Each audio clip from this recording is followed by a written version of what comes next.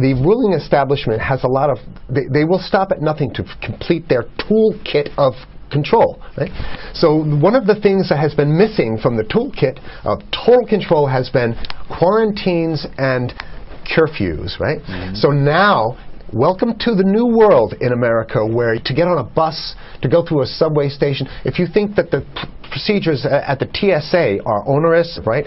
Guess this is coming to a bus depot near you. It's a more invasive way, and the ruling class needs this because, let me say, if the ruling class ever saw wide-scale civil unrest, you'd see an Ebola outbreak in America right away. Okay, so this is, what you see is that Ebola is another tool in the toolbox of the ruling class to control. Yeah, to keep down absolutely, repression. positively, 100%. This is a tool. Right. Ebola doesn't just magically start spreading. And then we have this doctors that come back here. The white people, of course, live.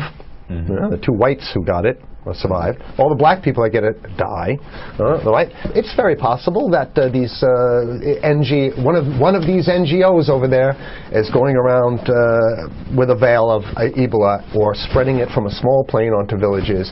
The point is to get hundreds of thousands of people infected with it and create the next phase of control.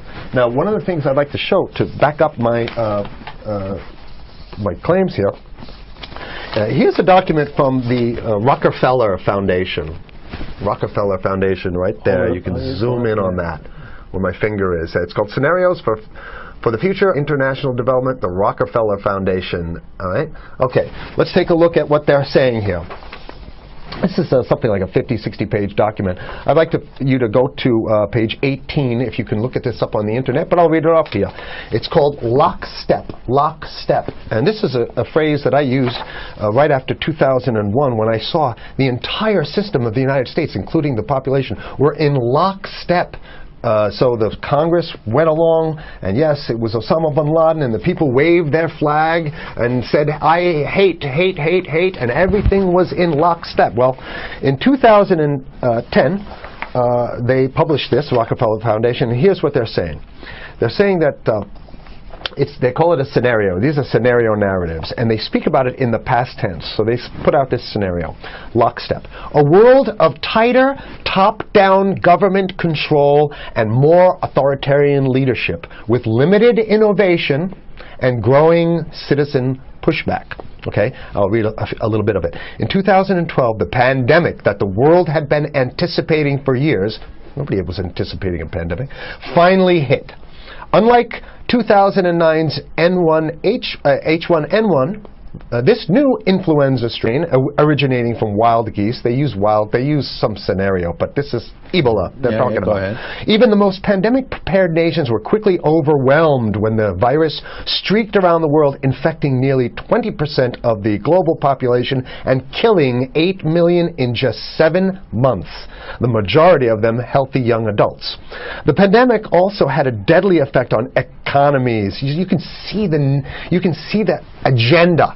Just naked, raw, naked control agenda written down, and it's anybody's guess how this becomes effectuated in real life. So whether this is written specifically as marching orders or whether people take it upon themselves in the intelligence networks to say, okay, well, this has been produced, so this is the plan here. But these narratives have to be written in advance because the intelligence agencies don't know how to do these narratives. They need help. So these think tanks, they come up with these, like Rand Corporation, Rockefeller Foundation.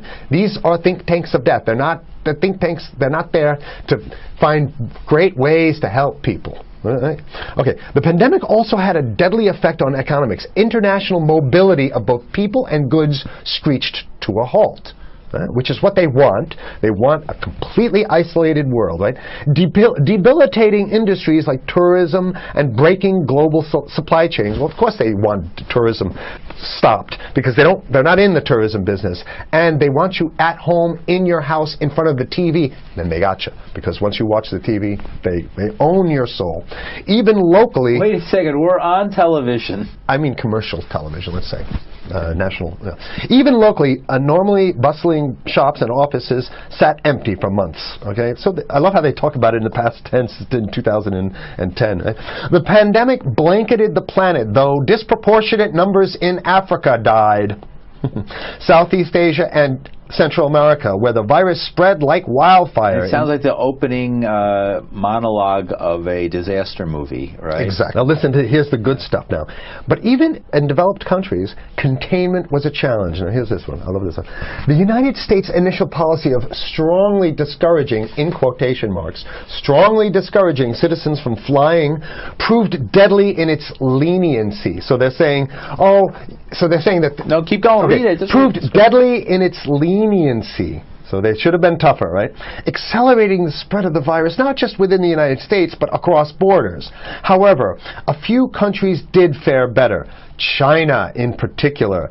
The Chinese government's quick imposition and enforcement of mandatory quarantine for all citizens, as well as its instant and near hermetic sealing off of all borders, saved millions of lives, stopping the spread of virus far earlier than in other countries. So the message is here is we have to look towards the Chinese, the oppressive totalitarian Chinese regime as an example of what we need to be doing here. And of course, the ruling class here loves the Chinese regime because they have demonstrated to the ruling class the most efficient form of capitalism, which is authoritarian capitalism. So we have capitalism, but unfortunately we have this veil. I get it. We have this veil of democracy. This is very interesting. This is continue on. Okay. China's government was not the only one that took extreme measures to protect its citizens from risk and exposure. During the pandemic, national leaders around the world flexed their muscles, flexed their authority, and imposed airtight rules and restrictions. You can see the agenda. Go. Okay. From the mandatory wearing of face masks to body temperature checks at the entries to communal spaces like that's what's happening right now. Yeah, but soon it's going to be like body. It'll be at the subway. Yeah, is that what you're saying? We'll be going through this in the subway, to get on buses and the subway, absolutely, things positively. like that. And what this means though is don't think about having a cigarette, a joint on you, or I mean, basically you can't. This is a dragnet for everything. So if in order for you in other words, just like with stop and frisk, this is ultimate stop and frisk. This is the ultimate cavity stop and frisk, cavity search kind of thing. All right, so during the pandemic, national leaders around there flex their authority. Now there's some good stuff. Listen to this. And even supermarkets, they want body checks at supermarkets, okay? So basically what they're saying is they're building a system where every move you make, you got to go through them. You can't get food. Well, how about if you go to the farmer's market? Right. Here's the good stuff now. I mean, it just keeps getting better. Even after the pandemic faded, this more authoritarian control and oversight of citizens and their activities stuck. And even intensified. That's the whole point. So they're going to get rid of... Didn't that happen already with 9/11? Of course. 9/11 was how many, 14 years ago, and we still have all these draconian rules. So they're going to put the body cavity USA, searches Patriot, and all that. That's right. So in order to get to a supermarket, you got to have a body cavity search, and then when there's no more Ebola, well, you know what? We kind of like this way because we have a complete infrastructure of a control grid. In order to protect themselves from the spread of increasingly global problems, from pandemics and national terrorism to environmental crisis and rising poverty, leaders around the world took a firmer grip on power. Well, what the hell would rising poverty have anything to do with imposing strict citizen controls with face masks? So they're very sloppy stuff here. At first, the notion of a more controlled world gained wide acceptance and approval. I'm sorry. Nobody likes this stuff. They're just saying it.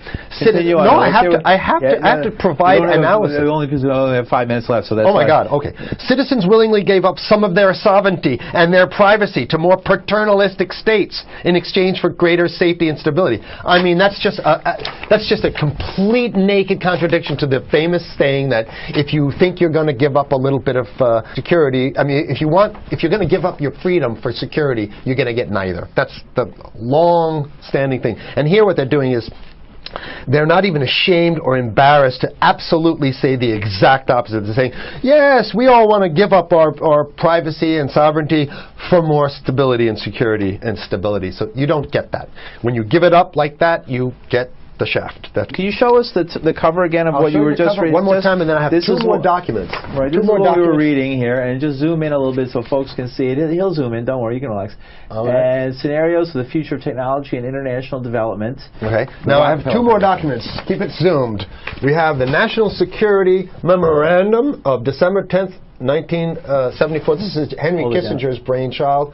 The National Security Memorandum number 200. You can look that up on your internet. I'll summarize it. He says that there's too many people, we got to get rid of the population. So to answer your question. From earlier. Yeah, he says, he used the word depopulation, which is different. Depopulation means killing people that already exist, and it's to get the minerals, because we need the minerals. And here's another one.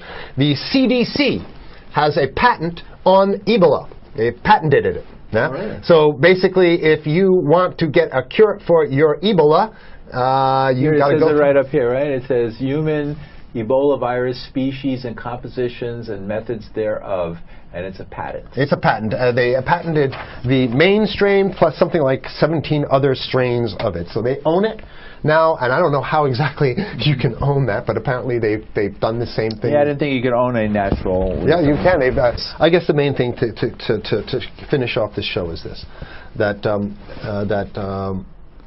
they want to get more control, more and it's going to be curfews and quarantines. So what I'm saying is that unless the American people start to get some new way to revolt, a new way to organize, new way to protest, unless we can break through the apathy, because that's what we have here, then it's going to be a slave state here. The ruling class doesn't seem to have too much resistance. They're getting everything on their Christmas shopping list, and they've been wanting quarantines and curfews for a long time. Now they got it. And if you want to live in a world where you're tricked into all this stuff because it's for your safety, right? And if you want to have a probe and make sure you got to check your pockets, make sure you don't have anything incriminating on you before you go out, and when you step out of your house, you want some police there to monitor and see what you're doing. If that's the world you want to live in, be apathetic, don't do anything. You're going to get that world very soon. It's coming your way, definitely. Mm-hmm. Yeah. So what should people do? What's the hope? You have 30 seconds. To wake up, learn about it, and go fight these bastards in Washington. They're easy to beat. If we can just organize, we can beat them. It's simple. They're weak, and there's so few of them.